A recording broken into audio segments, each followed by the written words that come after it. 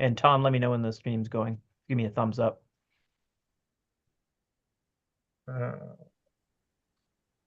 Okay, we're good. We're live. Okay, awesome. Welcome everyone to another Sound Studies lecture. We are doing this lecture online because our guest is in Jamaica today, and I will introduce him in just a moment. I first want to just let you all know, since I don't know where people are coming in from, but we are coming to you from Amsquatchy, Westcahagan, sometimes known as Edmonton, Alberta.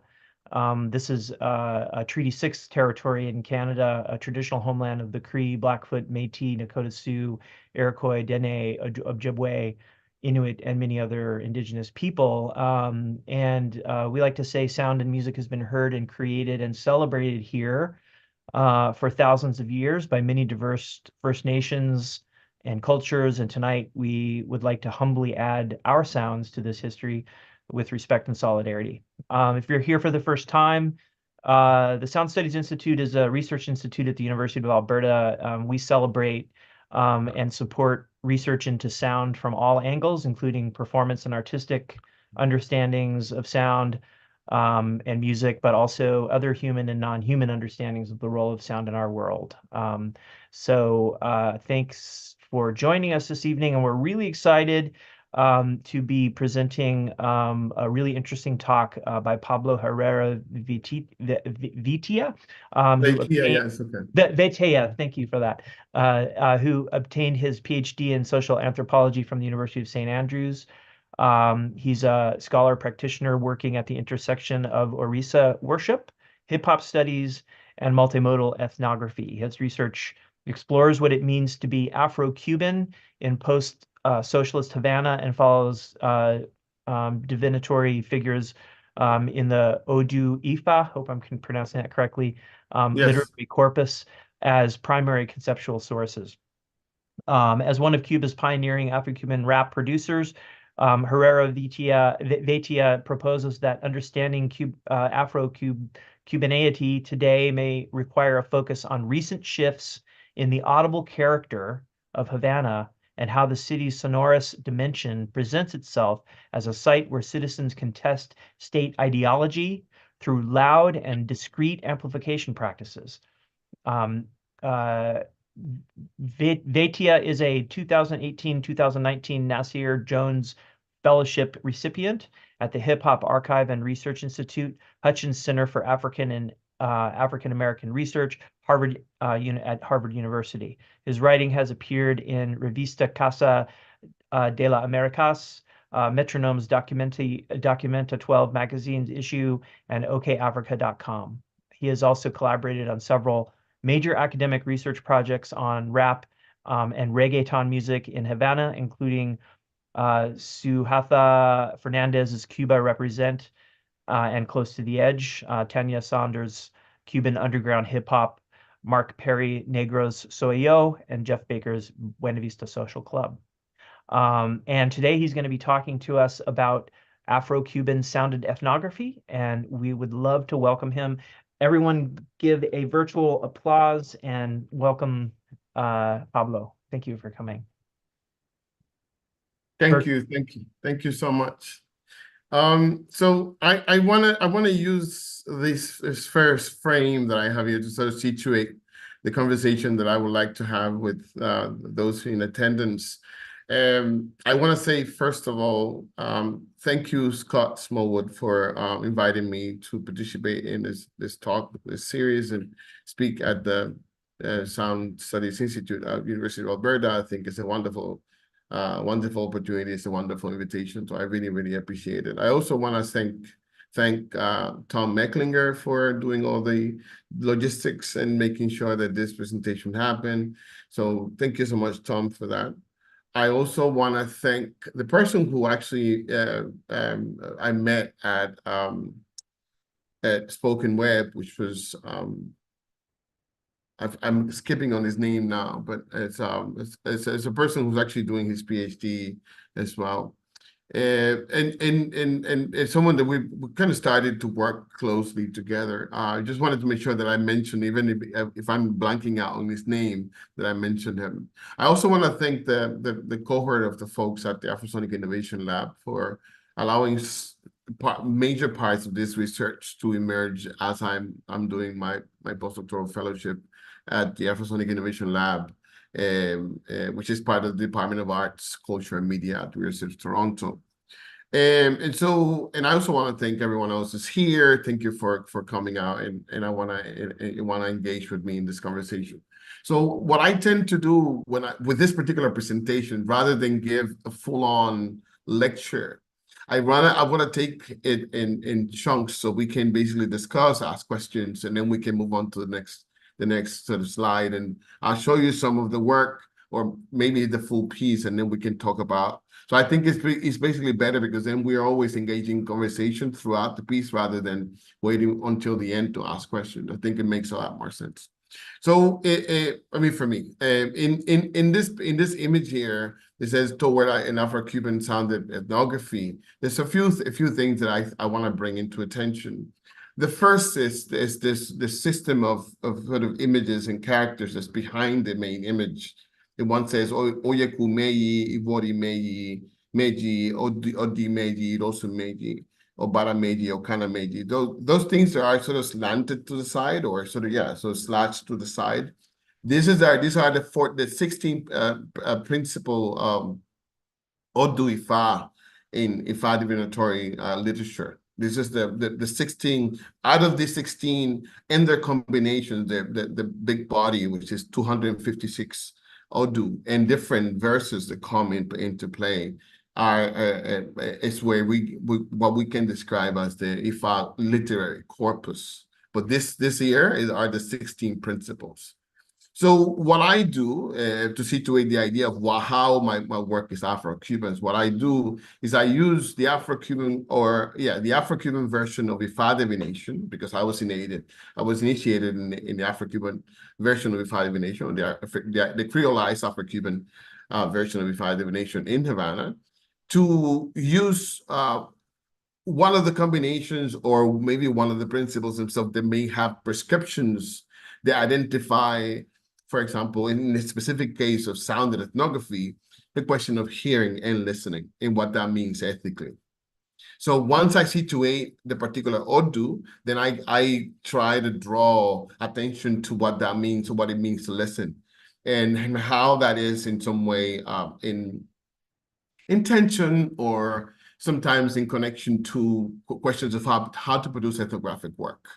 Right. So those who may know the work of Stephen Feld, Ana Maria Ochoa, and others who have written about sound and sound ethnography may remember in that particular text by them, this that actually is just Stephen Feld. It didn't write in there, but Ana Maria, I think, and Mentis also Samuels actually mentions him. There's this idea that the field recording in itself should be and is a complete ethnographic. It's a complete ethnographic object that may not require or that is in some way, I assume, or I adapt the idea and I understand the idea that's in tension with the idea of producing writing.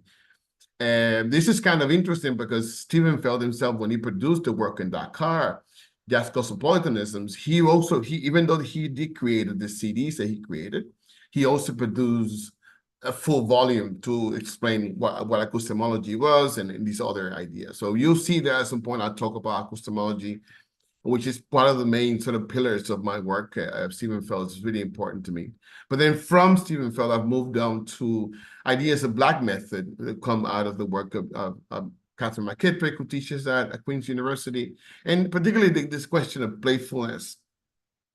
And in this question of playfulness, I'm very interested in challenging what Hugh and Wardle, my supervisor at St. Andrews, and Paloma Gay Blasco have described as this question of how ethnographic work, that's written renditions of ethnographic work, have this capacities of narrativization and fictionalization.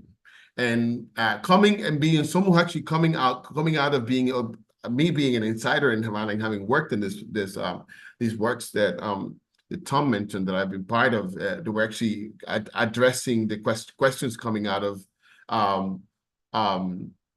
what did rap music or hip hop meant in Cuba or in Havana.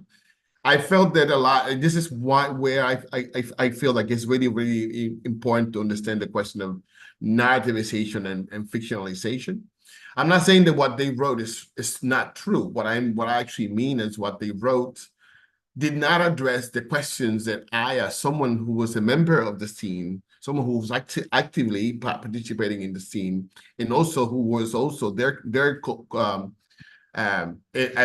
several points the interlocutor, that the questions that I have being in hello? It's like ideas. Is that okay? What's happening? So it should be. Yeah, so basically what I was trying to say is that the questions that I have had as someone who was from the field or was actually actively participating in hip hop practices and rap music practices in Havana, the questions that I had were not being directly answered by these books. So this is what puts in tension the question of what exactly is the ethnographic work, the written rendition, and how then using sound may give us at least the capacities to produce or create space for an insider's perspective within the corpus of what I describe as a canon of rap Cubano or hip hop or Cuban hip hop, right? And so I believe that in this approach to sound, listening to the city, hearing in an ethical way, and listening in an ethical way, as an insider, and not only as an insider in hip hop itself, but as someone who's actually a native, walking the trajectory from having been anthropologized, not only in the books, there's also other, works on anthropology in Cuba that talk about Afro-Cubans. So how me as an Afro-Cuban person have moved or walked the distance from being an anthropologist to becoming the anthropologist. And so the first question here then, before I move forward, is how do I, as an Afro-Cuban person, born in Havana, rap musician, sound designer, how do I become an anthropologist? And what kind of anthropology should I produce? Right? And having all this certain, kind of, let's call them initiations into sound, understanding, sampling, listening. Why is it the sound cannot be important for me? I want to stop here briefly and then ask questions before I move on to the next. I'm going to move on to the next slide, but I want to ask questions. Any questions? Folks should be able to unmute themselves if they like to. I didn't hear that. Oh, sorry. I was just saying participants can unmute themselves if they have something to. Are there any questions so far? Is everyone with me here?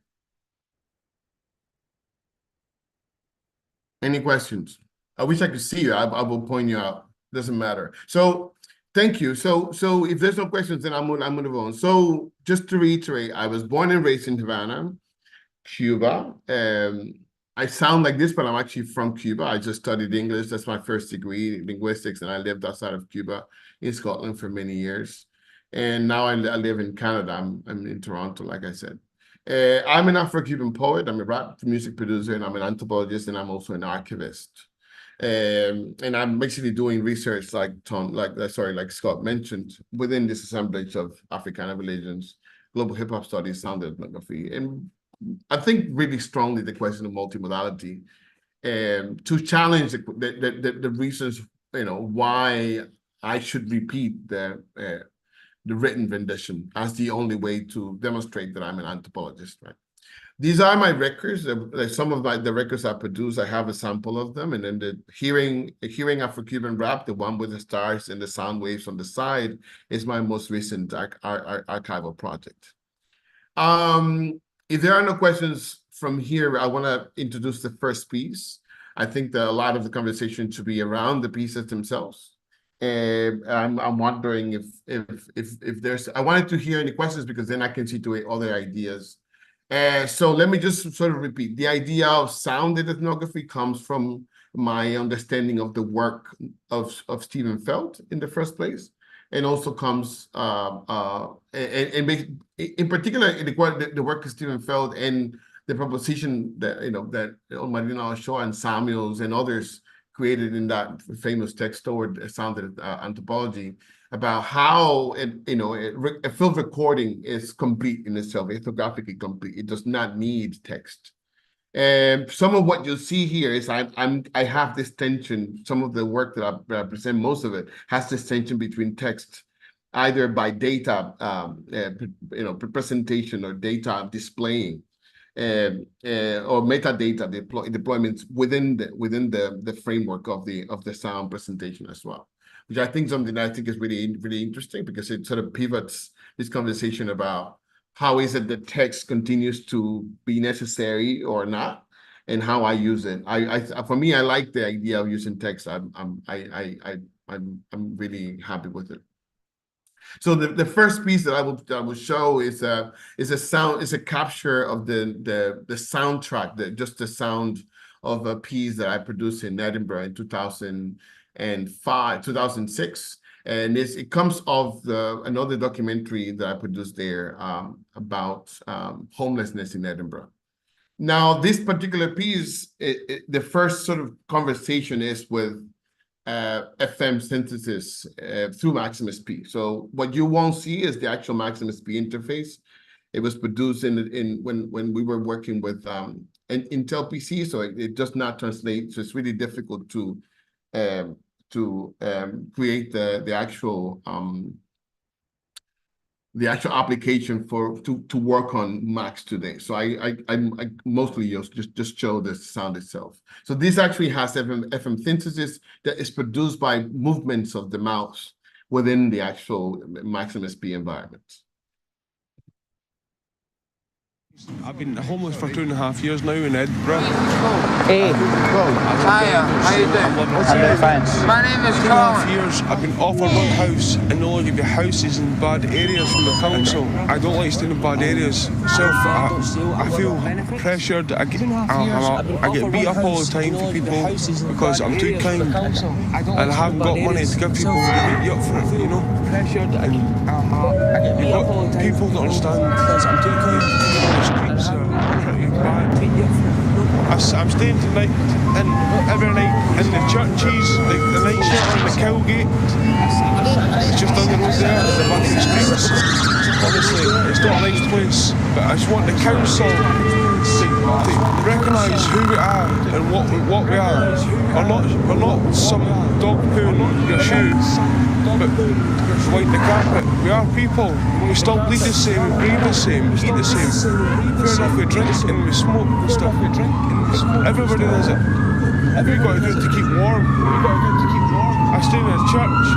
You don't get in a church till 9:15 in the suit van. And you get on the bus, you don't get in the church until maybe 15:15. And you get in there, you get something to eat, and you go to your bed. But that's not good. You're out there at 7 o'clock in the morning. What's you got to do at 7 o'clock in the morning? That's for a whole day. Nothing. The point of view is, get the council sorted and get us all houses. There's houses there. I've seen loads of houses built up everywhere in Edinburgh, and they won't help us at all. Say God bless and help us. Yes, I am. Sorry? Yes, I am. Why does the faith you see? The Lord's keep me going, I'm pretty religious. Because He's keeping me alive. If it wasn't for Him, we wouldn't be here. Because I go to the Hopton Crescent, we sing our songs, we say our prayers, we listen. What they've got to say is on their prayer books. We listen to them. And their words mean a lot of stuff. They talk about the homelessness and all sorts, not just homeless, the food. And you can't get food. A benefit, you'll get £84 a fortnight. and you've got yourself, if you stay in a place, you've got to get £37 a week from the government money, your gyro, £37 a week to the place you got to stay to, the Salvation Army, down there, and then after that you've got pennies left. Myself, I'm in the streets, you know. So what you're supposed to do? It's the streets that brought me to be an alcoholic. But somebody's watching me as my Lord, and He's there respecting me and give us a bed. I'm staying tonight. That's my saviour. Thank you very much. God bless, folks. So I just wanted to play a fragment of it, not all of it. So just make sure that I'm sort of in attendance to the question of time. So the main conversation here for me is the conversation of the actual documentary itself, as we produced it for our work during the digital studio project for sound design. It's this conversation between informed content or informed sound, and what I mean by informed is lived sound, meaning you have the conversation by this person who's a homeless person in Edinburgh, and how, I mean, the question really is how does his voice and the sound of his voice, the way he speaks, the cadence, how can it exist vis-a-vis new media and the environments in new media, specifically those that we hear, and where are the ethical tensions that what kind of ethical questions should we ask? Is that do they live together? Can they live together? So I want to open it up again and ask if there are any questions here, and maybe I see like this. I don't know if the chat is open. Yeah. Okay. So I hear that. Are there any questions here? I'll start. Say again. I'll start. Can you hear me okay? Yeah, please. Sorry. Yeah, that was really fascinating and interesting, and I really want to hear the rest of it. So I'm hearing the sound of the homeless person speaking. Sometimes it's often obviously a little bit difficult to understand exactly what he's saying, and I don't mean because of the accent. I mean because of the clashing of the other sounds that, to me, seem as if you're almost trying to represent the difficulties in communication and the expression. But I guess one of the questions I wanted to ask you mentioned you use Maximus P to kind of FM synthesize some things. What is the actual source itself that you used to push through that FM synthesis? Yeah, so the FM synthesis is the FM synthesis engine that was in the old Max. We're on Max 8 now, so we're talking about Max 5 when Max and Dieter were together.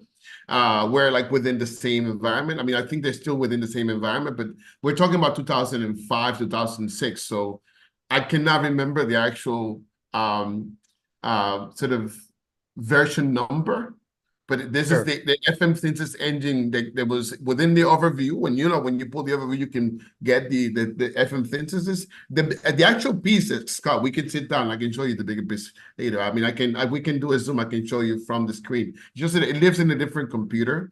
There is Power PC, and I've been trying for years to figure out how to compile the actual that application itself. You compile an application, it comes out as one thing that you can play through runtime, but somehow I have not managed ways to, and I've written to several people, managed ways to translate that from PowerPC into the newer versions of Mac OS. Definitely I had not managed that. So it's basically what's in conversation here is not only FM synthesis, but it's also people interactively moving the mouse, because the projection of the movie itself is on slab on GL.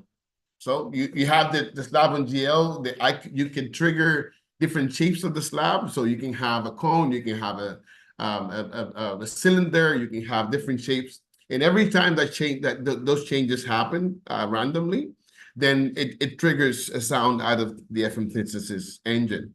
But then on top of that, people playing with the mouse within the projector of the GL slab also trigger sounds out of the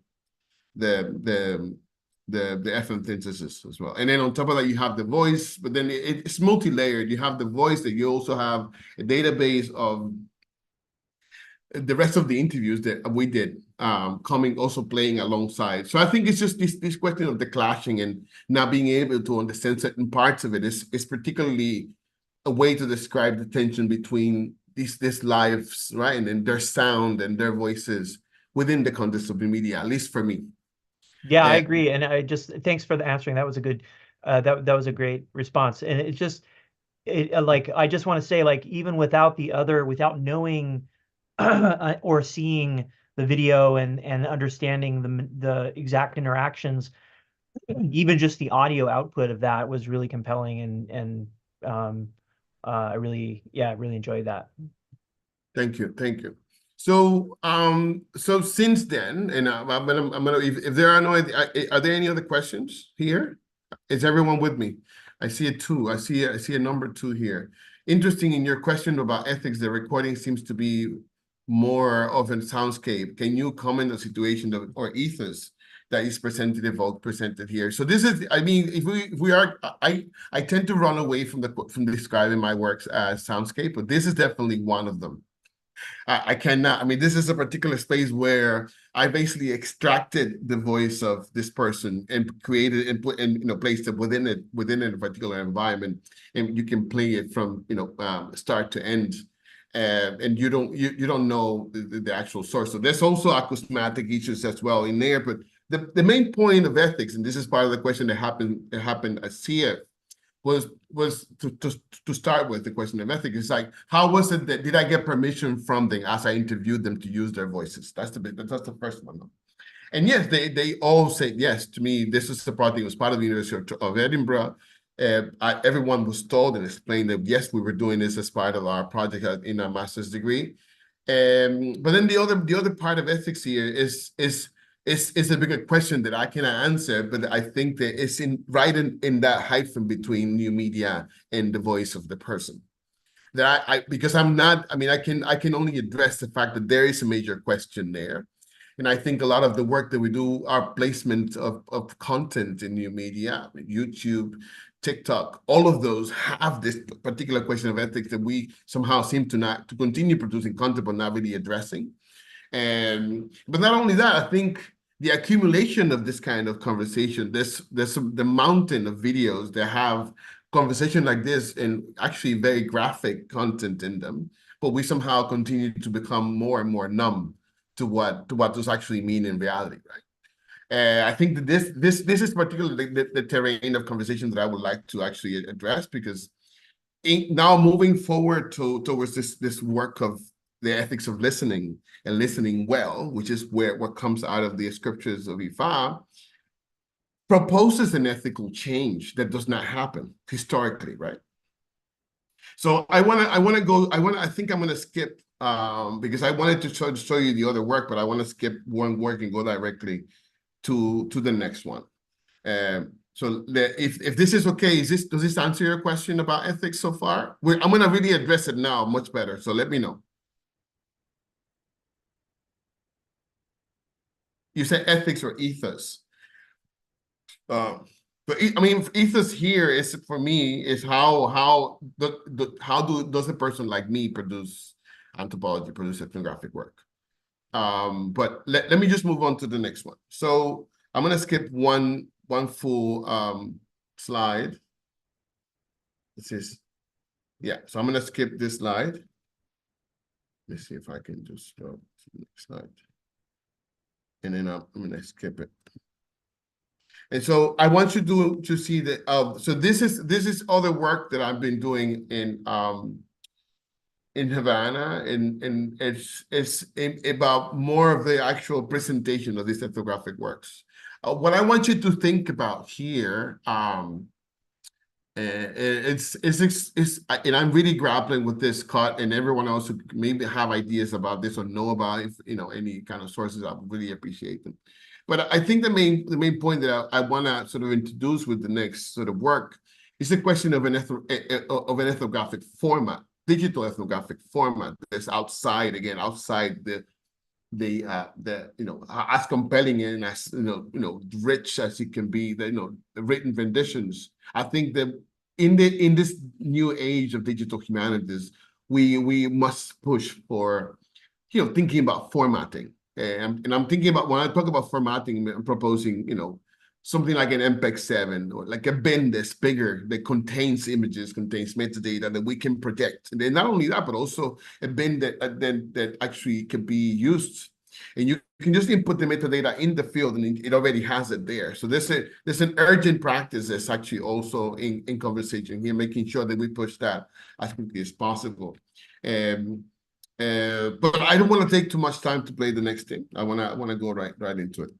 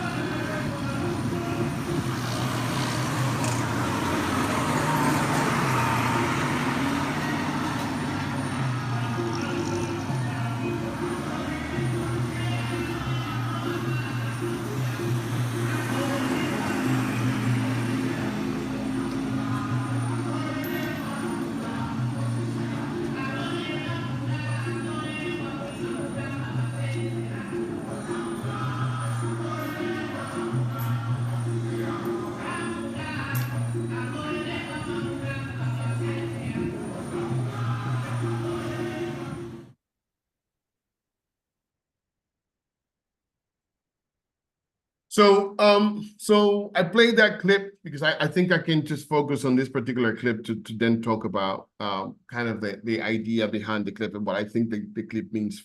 Not what I think, what the clip means to me and what I'm trying to signify through the clip.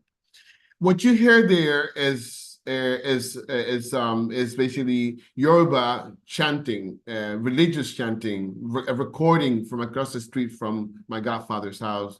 They're playing in a CD, playing in a stereo, playing music out of a recording of a ceremonial music. And I think this really interesting aspect of listening to the city that I'm gonna comment on through the description of the auditory encounter for me. So what I mean by the auditory encounter in my conversation comes of listening to the work of John L. Jackson, who's actually addressing the work of Walter Benjamin and this sort of optic relationships that the camera does a particular work where you capture certain things, but there's certain things that you cannot really, we do not see more than the camera sees. Or sometimes there's tension between what we see as human beings subjectively and what the camera work does in the sense of how much it captures, right?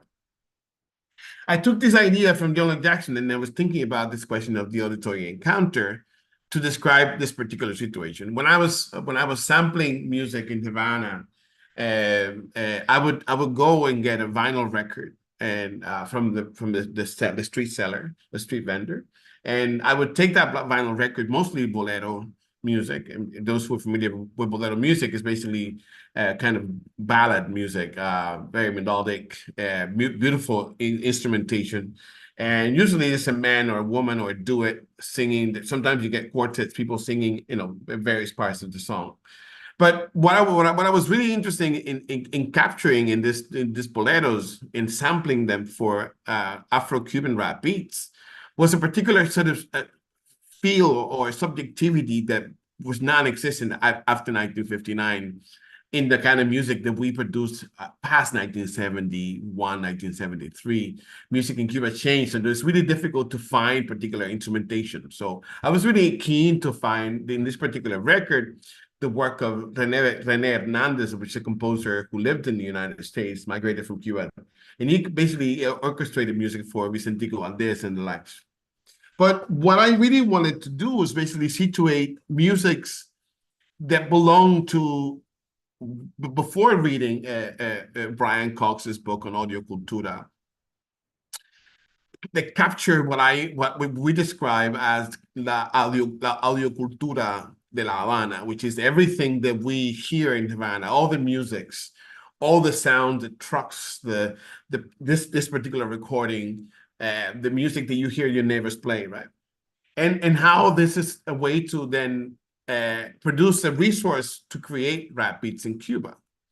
In this particular case for the bolero, I sampled this song, and then one day I went out into the main road, and on the way I heard my neighbors playing the same music, but just out of the radio. It was surprising. It's like, okay, so there's a very, very interesting correlation in the sense of what that music it means, not only for me as someone who's sampling, but also to the people in the community and the neighborhood and in our society, and how that particular music signifies not only subjectivities of the past, but a particular audible character of the city of Havana. Right? Now, this is my first experience. This is where my auditory encounter happens.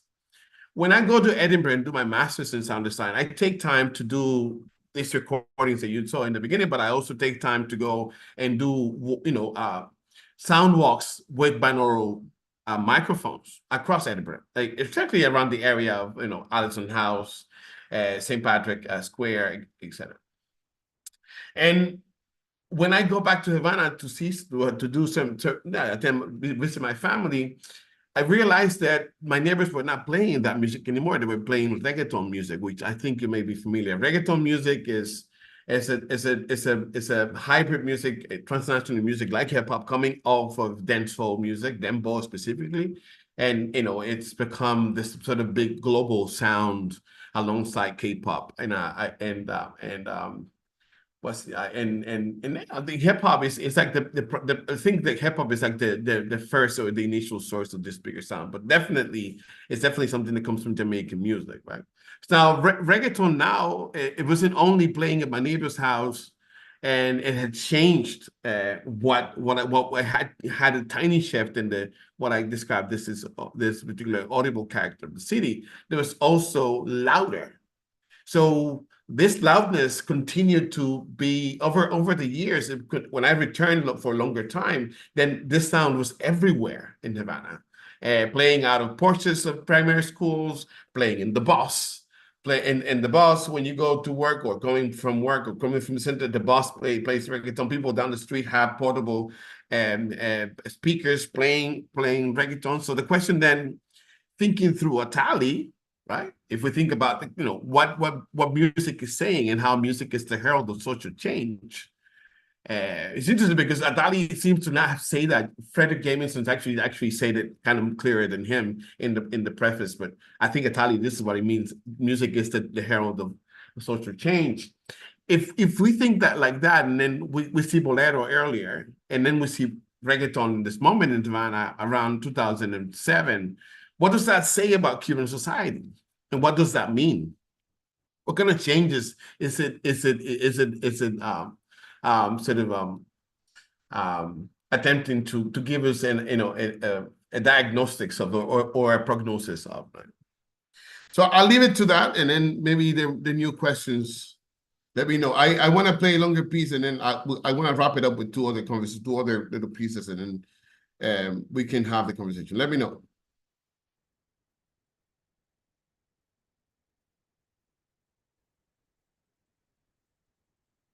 Any questions here? The auditory encounter. Okay, so furthermore, if I can continue, then then from the auditory encounter, which is not only this understanding of how to listen to the CD and what that may give us back. There's this other aspect that's really important to the auditory encounter, which is the representation of that experience. So this piece is about the representation of that auditory encounter. The piece itself it describes the sonic history of Afro-Cuban protests and how the poetics of Afro-Cuban protests are sort of explained through and revisited over time in popular music and poetry as well. So this is a little bit of a longer piece. I think that I want to wrap it up because it should be 45 minutes, so I don't want to take too much time.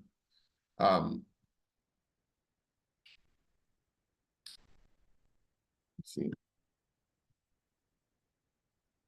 Yeah.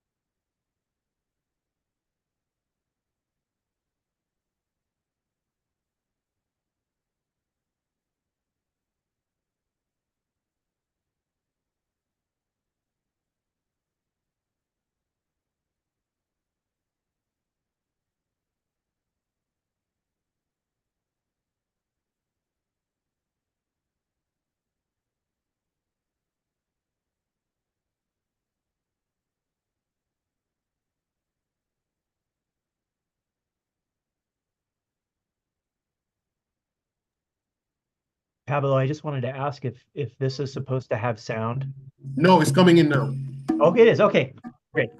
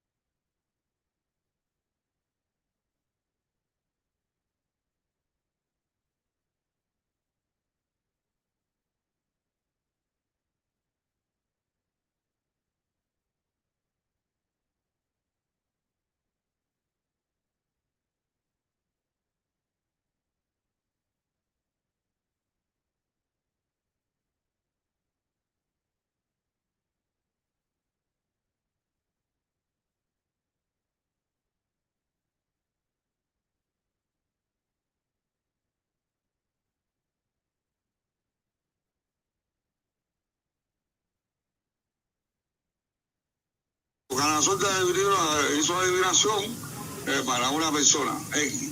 Sí.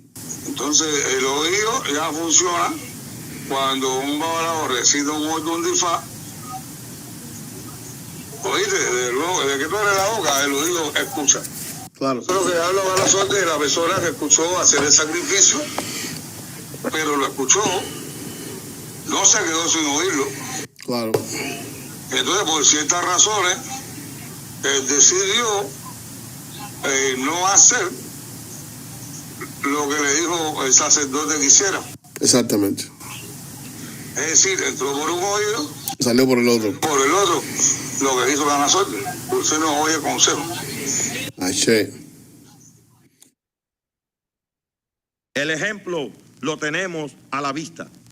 Nadie que analice imparcialmente dudará de la buena fe de Fidel y de su mejor deseo en acabar la disociadora discriminación racial que estorba la consolidación de nuestro pueblo y entorpece el desarrollo económico nacional al privar de poder adquisitivo a una porción considerable de la población.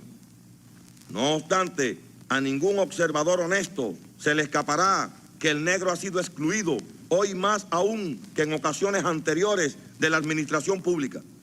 Como el doctor Fidel Castro no puede estar en todas partes, le sucede a él lo que desde que el mundo es mundo le ha sucedido siempre a los hombres de Estado, que sus colaboradores, al no tener exactamente sus mismos sentimientos y sus mismas convicciones, tratan por todos los medios posibles de esquivar, de burlar y de desobedecer cuantas disposiciones les resulten chocantes o molestas. Y no hay que decir que la cuestión racial, eso de hacerle justicia al negro, de sacarlo del oprobio en que lo tienen sumido, le ha resultado chocante y molesto a muchos, que da la casualidad que tienen poder para no emplearlos, aumentando así el hambre y la miseria en los cubanos de piel oscura. Vamos a ver, que siendo un negro, nadie me puede detener a la puerta de un dancing o de un bar, o bien en la carpeta de un hotel gritarme que no hay pieza, una mínima pieza y no una pieza colosal, una pequeña pieza donde yo pueda descansar. Pasan los años y la situación prosigue intacta. El tiempo no perdona. Pregúntale a La Habana, que ahorita está en la lona. Nadie le importa nada. Tengo una raza oscura y discriminada. Tengo una jornada que me exige y no da nada. Tengo tantas cosas que no puedo ni tocarlas. Tengo instalaciones que no puedo ni pisarlas. Tengo libertad entre un paréntesis de hierro. Tengo tantos derechos sin provechos que me encierro. Tengo lo que tengo sin tener lo que he tenido. Tienes que reflexionar y asimilar el contenido. Yo recuerdo cuando yo era un niña, con mis cosas te sirvo para la psicopilla. Yo no podía porque no tenía, pero yo soy bueno y lo bueno no se detiene. Yo me doy algo como el Benítez. Ahora tengo el Louis Vuitton, tengo Sara. Ya te conoces con tu pared de tenis. Ya te conoces con esta ropa cara. Por eso tengo tremenda pista, tremenda guay. Por eso tengo pinta guay. Tengo de todo, soy un personaje. Por eso tengo copy. Lo que tengo en la noche no me regalado. Por eso tengo el envío nada y eso es lo más pegado. Con lo que tenía que tener, sí. Tengo lírica, tengo talento. Acá, tengo guay, tengo guapería. Todos ustedes son unos pencos. Tengo Gucci que te ponga, tengo Nike. Pisa, pisa, no estoy ferrado, me respeta. Tengo Versace, tengo Philip Plain. No todo en frente, chamaco, respeta. Ya no me dan cañere, ni de primera ni segunda.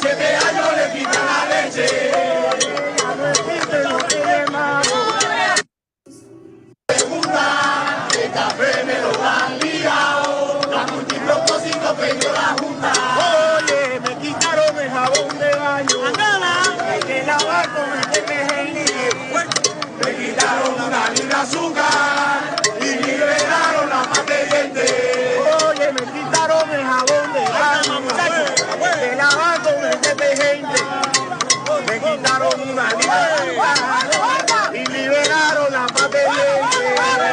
Me quitaron una vida azúcar y liberaron la paz de lente. Oye, ya no existen los reggae mangos, desaparecieron los juguetes. Los niños están embarcados, a los 7 años les quitan la leche. Ya no existen los reggae mangos. Ya no me dan cañere, ni de primera ni segunda, el café me lo dan ligado, la multipropósito perdió la junta. Right. So I wanted to play two other pieces, but I think I'm gonna keep it to that. And just say thank you, because I think I put together a bunch of work. I wanted to keep it to that. So if you have any questions, please let me know.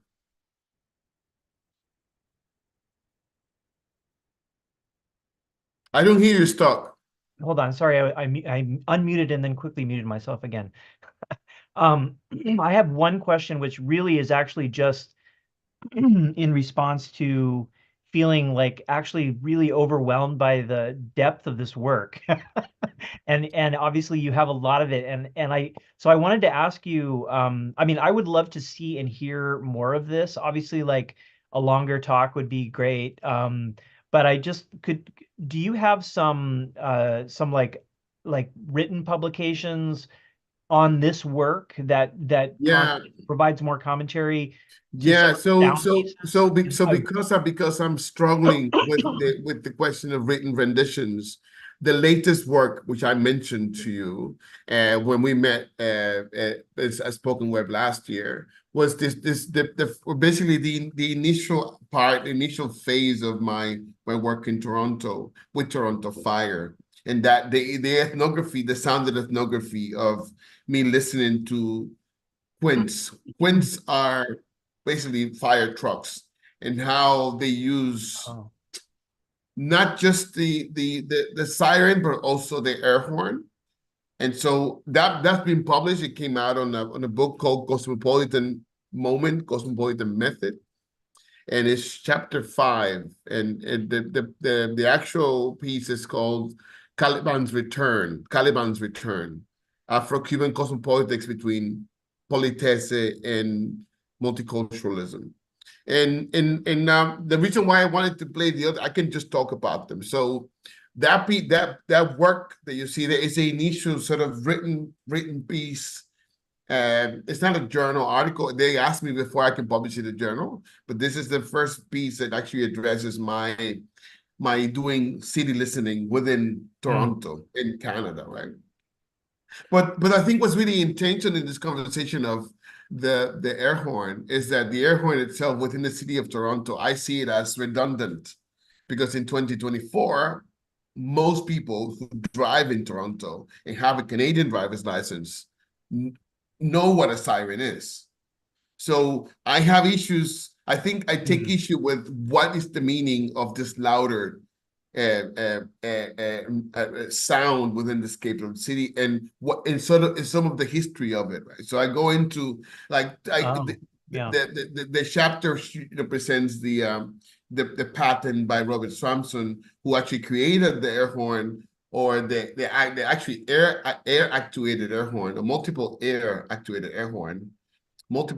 horn for locomotives in British Columbia. But then this basically migrated from locomotives to highway trucks to the city, and Quints use them. But then I think part of the idea that I just approached now that I wanted to talk about is how that the air horn itself and the sound is not only in tension with other uses of the air horn, and like say in dancehall music, for example, or in port music that Stephen Feld uses. He did this study in port music in Ghana, but then also with other types of sound, like the sounds of protest in the city of Toronto. For example, what I was trying to play before is this protest about Gaza, and how all of this is in conversation. The history of the use of the air horn, what it means, is also in conversation or in tension with these other sounds of the city itself.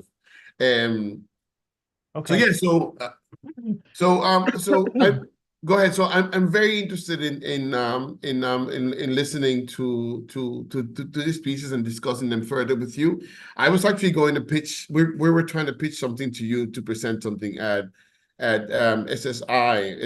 It's another piece that has to do with Edinburgh. So we'll write to you in more. Yeah, please. And Pablo, one thing that would be great is to realize that we have a sort of we have a little sound gallery that I think I may have shown it to you. Yeah, you showed it to me. You showed it to me. Yeah. So that would be a great place to have some of this work, especially if there's other media attached to it. Not that there has to be, because it's powerful even just as sound work. But that last thing you showed with the video and stuff too, and the text, that kind of multimodal format would also be possible to show there. Yeah, that'd be great. So that, thank you for that. So I have that, and then I also the one piece that we would like to show in tandem with this last piece is it's basically it's a perimeter sonic survey of a bakery in Edinburgh. It's an artisan bakery. I think I mentioned it to you. It's an artisan bakery in Toronto, and we basically I used I don't know, let me see if I can show you. I used 6 different field recorders to basically capture the whole perimeter, 2 outside of the bakery and then 4 inside, including 2 H6s, 2 H4s. These are zooms, and then a Sony and another zoom outside. So it's like we got the whole. I got the whole. Cool. Sort of, so I wanna think with you to see how we can basically present just an hour of that, in tandem with any other works that like this last piece. But yeah, thank you. I see someone's Alexander Gelbart has a question. Alexander, please tell me. Hi, good evening. Thank you so much for this incredible work. I'm super excited about it. I have been working in Cuba for over 20 years. Oh, wow.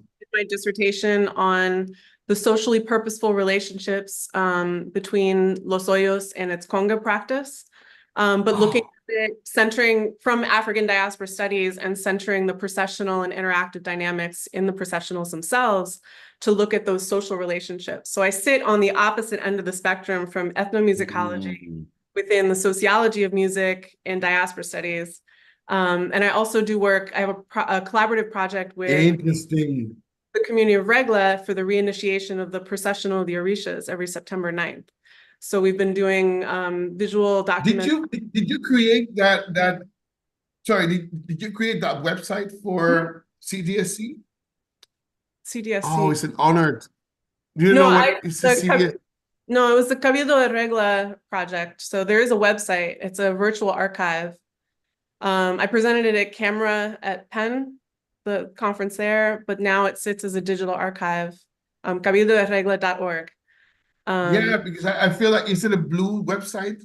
Yeah.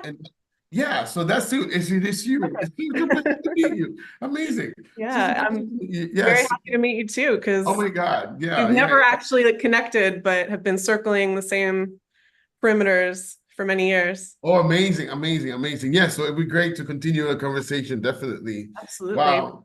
But yes. I had a couple of questions. I mean, I have a lot of questions and I could go into many different rabbit holes, but first, thank you for giving me the language to describe some of the things I've been experiencing doing research in Cuba. I won't say soundscapes, but the auditory encounters, as you say, in learning how to do qualitative research and conducting ethnographic descriptions and observations.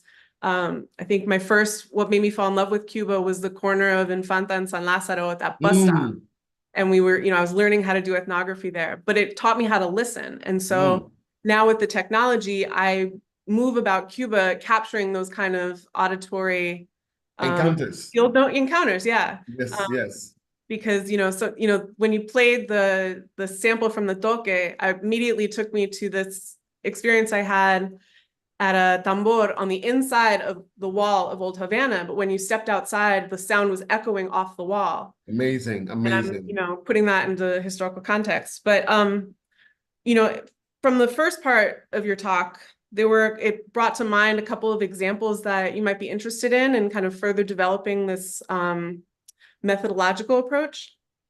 And the first is the Out of the Blocks podcast from Baltimore that was produced by Aaron Henkin and Wendell Patrick.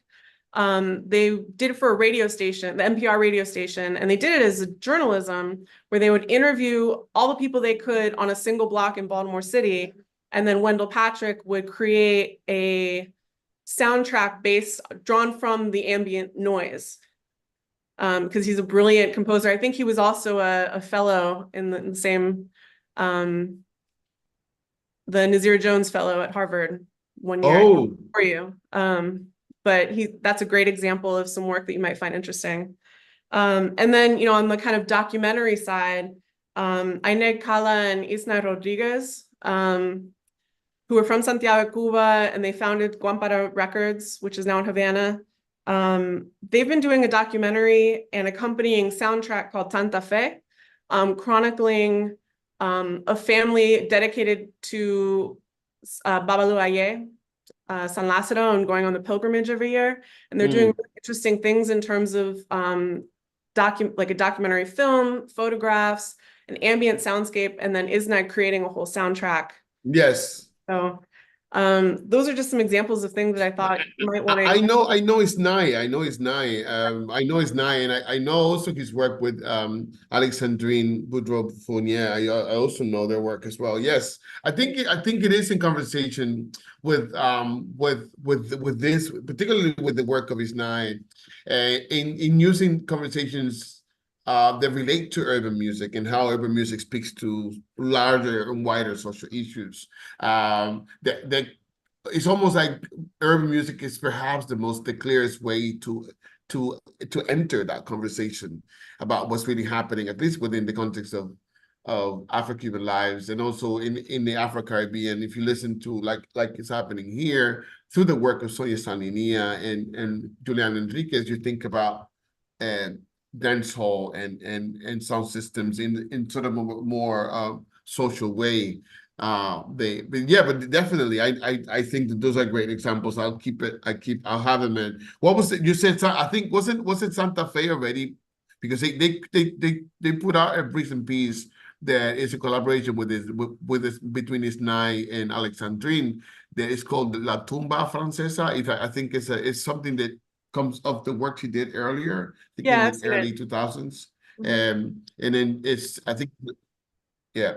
I mean, okay, so is that the same piece? No, it's a different one. That one was on the Tumba Francesa in Santiago and Oriente, and they're doing this on a devotee specifically to San Lázaro Babalu Aye in Havana. It's one of their neighbors from Centro Havana. Oh, right. Nice. Yeah, so they've been chronicling for at least 5 years now, but they're creating this kind of multimodal. They're billing it as this artistic space, but I see it as ethnography, or at least a great imaginative ethnography. And so those kind of presentations, like being someone who also works in curation of exhibits myself, like we're always thinking about how we can present the holistic space in a different context or a different space, or that context in a different space. But yeah, I think what Cubans are doing, yourself included, absolutely should be the model for how those of us from the outside as scholars, come in as collaborators, or, I think one of the resonating questions that you were talking about is how did you as a producer become an anthropologist? Well, I think that's a whole other conversation in terms of legitimacy and, accreditation and expertise, authority, authorship, so but I mean, I think, thank you for that, because the other part of it is like, what exactly, the question then, if we open it up, it's like, what exactly for Caribbeanists and for people coming from the global South, what should be our anthropological outputs or ethnographic outputs? And if we, is it repeating the written rendition only? And that's the only way to, I think the reason why I talk about John L. Jackson is because one of the main things that he talks about in the Flim Flam is this issue of, would it be possible for me to attain tenure through this work? Right? And then the conversation, this comes of earlier, my own supervisor asking me in earlier pieces, so where is analysis within this? How do we define or read analysis or listen to analysis in your pieces? So this is why I use the term ethnography, because it's really about the practice of, delivering research work, right? And being able to produce some research work that's legible, and not only in an effective level, but also in an analytical sense. Like, it's like, okay, so I get what you mean, or I don't. You need to work harder. That's not anthropology. That's not ethnography. You can this, so this is kind of the conversation too. Yeah. And I just had one final point. I really loved the inclusion of conga in Santiago. Because, Santiago typically gets left out of, there's Havana and then the rest of the country. But Santiago is La Esencia Cubana. Yes. But I did want to make a note that I did recognize the people who were in the video, and I know the clip that it was, and it actually was created prior to 2015. That comes from like the 2000s, but resurfaced during the J11 protests. Yes. And one thing that I've been paying attention to for my book project is how conga is used within those kind of political discourses between Miami and Havana, and how, because the congueros were like calling me up when they got brought into Havana to do the music video. And but I think it's important because conga only gets situated within the 19th or the 20th century as a genre. People forget, they just kind of dismiss the fact that it came from cabildos and societies that were really active well up until the 1950s. And when we're talking about that tradition of protest songs, and then how conga is then politicized and used, if we're not also talking about the standpoint of the people from those particular communities, like what's going on in Los Hoyos, not just as a political representation, but the actual people in those communities and what they're living, and how that then reflects upon the way that the revolutionary state and ideology talks about race. It's all the things that Esteban Morales Dominguez was talking about in terms of this kind of colorblind racism. But I think it's important to contextualize that those were not just in response to J11, but part of. No, of course not. Of course not. Of course not. I think most of the work is not only a way to enunciate a particular format of the graphic, it's also a provocation to then enter the conversation. So the clip itself comes out of the work of Tomás Montoya, as you know. Lázaro y el Tiburón is the actual documentary with that actual footage is, and then it was clipped into. You can find it you can find it also on YouTube. It's in several places, and so I think that what I was actually trying to signify by using it is the continuation of the same message and how poetically it connects to tango, because they're saying me quitaron rather than tango, right? So I think that this is what's really the nugget there. I have actually continued that work. That piece, the Santiago piece, is a part of another piece that I've made that it describes how conga itself is not just the music itself, but the collective moment of collective voice, protesting or speaking, or taking the time to speak all of us together is something that is, when we think about these questions of Black joy, you see the women in the video laughing and dancing. You see someone disguised as a pirate. So in this is a moment of catharsis, of collective catharsis. You see that there's also something that has to do, as you know, with choteo. For those who may not know, choteo is this Cuban character attachment that's been described by Jorge Mañach and several people as our capacity to laugh out of our own disgrace, basically. What I talk about in this particular conversation is how the moment of 2015 with conga is somehow connected to the celebrations of Mozambique in 1965 with Peyo el African and the moment of joy back then, and how historically those two are in conversation. La Invasión as a very strong kind or type of genre of street music in Santiago is connected to then a street percussionist, Peyo el African Pedro Izquierdo, becomes this icon of music by introducing Mozambique genre in 1960s. And his music and that rhythm itself is used to celebrate the revolution. Mm-hmm. And as a way to also say, well, Afro-Cubans are happy with this moment. Mm-hmm. But then in history, when we go, we have then the conversation about what's happening in Santiago, which is not only Black people or Afro-Cubans, but you see mostly colored people.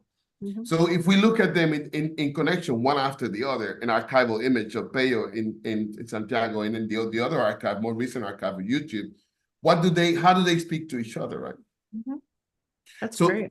So this has been a continuation. I didn't want to show that piece. I think it's a larger piece. It's a bit more multimodal in the sense it includes more video and more poetry. So it's a sort of a bigger, it's a bit long, including also a little bit longer. But yeah, I really agree. It needs to be contextualized. But obviously, I do it because I think it's a provocation. Mm-hmm. Overall, I'm trying to. I mean, I don't want to say any curse words, but I really have major issues with producing texts, just because you need to, otherwise you perish. So wait, if I don't write, I'm not an anthropologist. So yeah, is this anthropology? Is this ethnographic? Mm-hmm. No, everywhere I go, I basically create the same problem. It's like, okay, so if I'm talking about sound and ethnography, if we go back to Feld, he said, these items, these recordings are complete in themselves. Mm-hmm. If you listen to Hearing Heat, that he presented at UPenn in 2020, his presentation with Deborah Thomas was actually something that looked just like what I was talking. He was talking about cicadas and the heat of the atomic bomb in Okinawa. So how do we continue that work? Mm-hmm. If we are now in a moment of digital humanities, how do we produce that transition? Mm-hmm. I'm not saying the journals are obsolete. What I'm saying is it possible to do a transition? Scott, are you with me? Yeah. I mean, I'm totally with you. I mean, actually, Pablo, that's one of the reasons why the gallery that I showed you is something that we're hoping is more than just a site for purely artistic music or art or sound art. It is those things, but it's out of a recognition that there are these other modes of presenting in the arts and humanities and actually in general that we can celebrate that go beyond what we can do with text. So of course I totally agree. That's why I think it would be great to have the work here in some form. But yeah. No, my position is the work isn't publicly accessible. Thank you. Yeah. So oh, sorry, go ahead.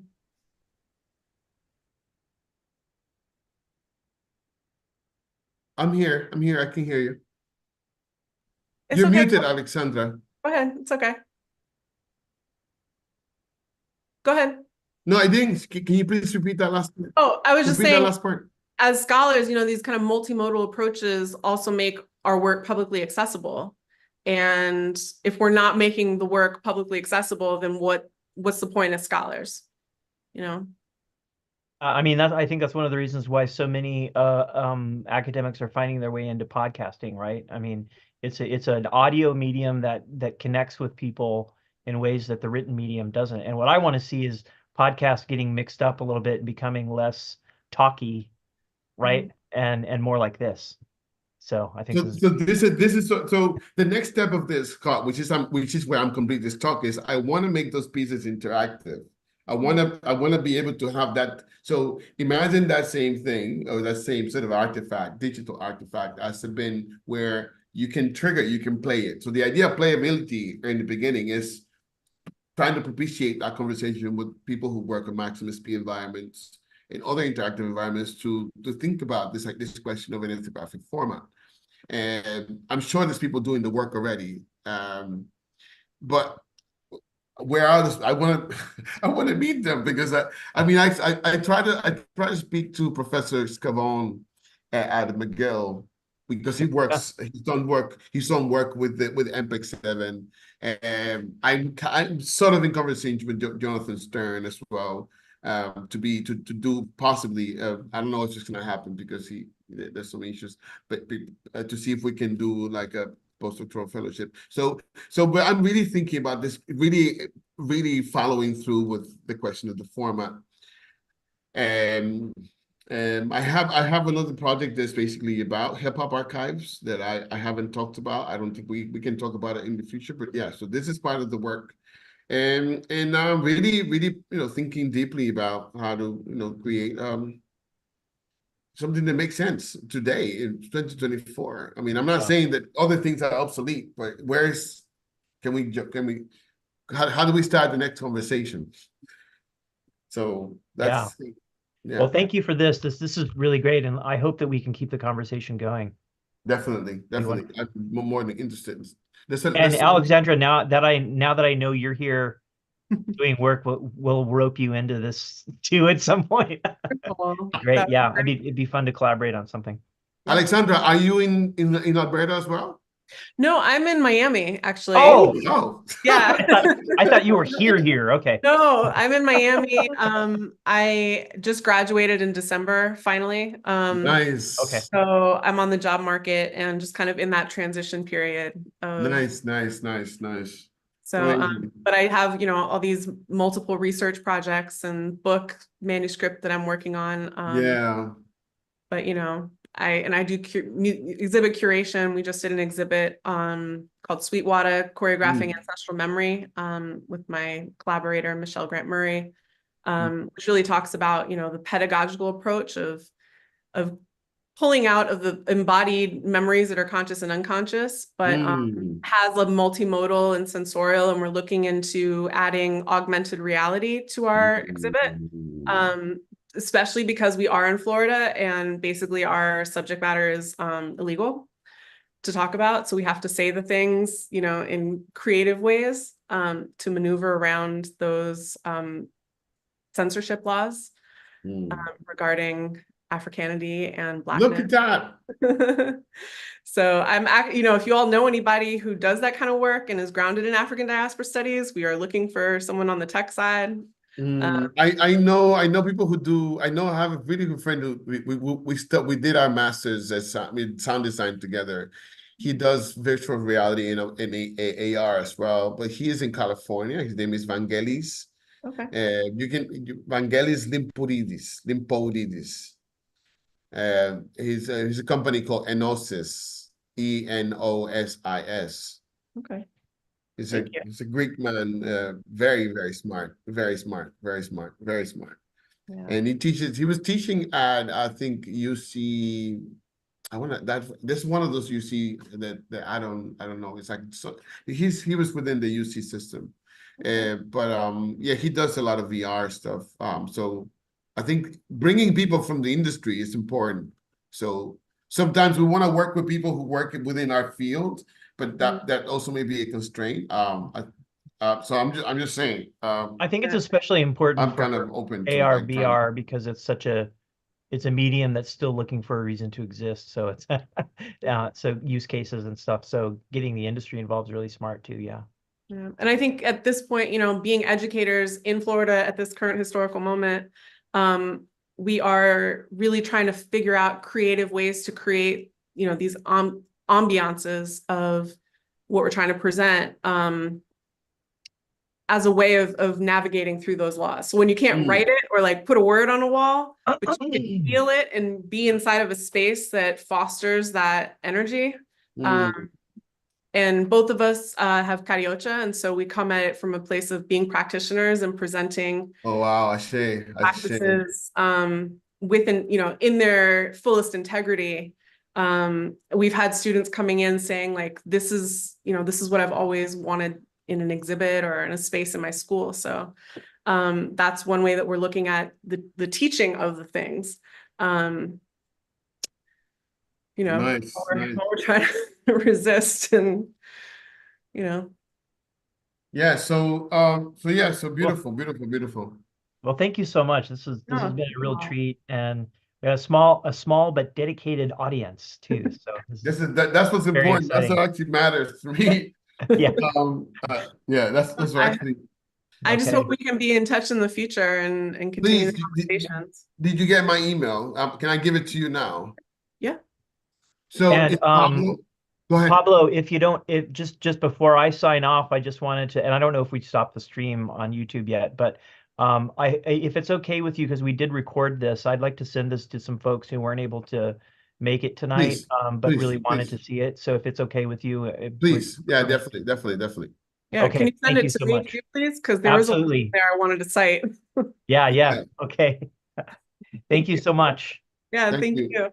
So, Okay, so Alexandra, is Pablo that Herrera Veitia, my last name, those two words together, Herrera Veitia, at utoronto.ca. Okay. Just write to me there. It'd be great to hear from you. And Scott, we'll talk soon. Yes, for sure. All right. Thank you so much. Bye. All right. Have a great evening, or whatever time it is in your. It's 8:54 in Jamaica right now. Okay. It's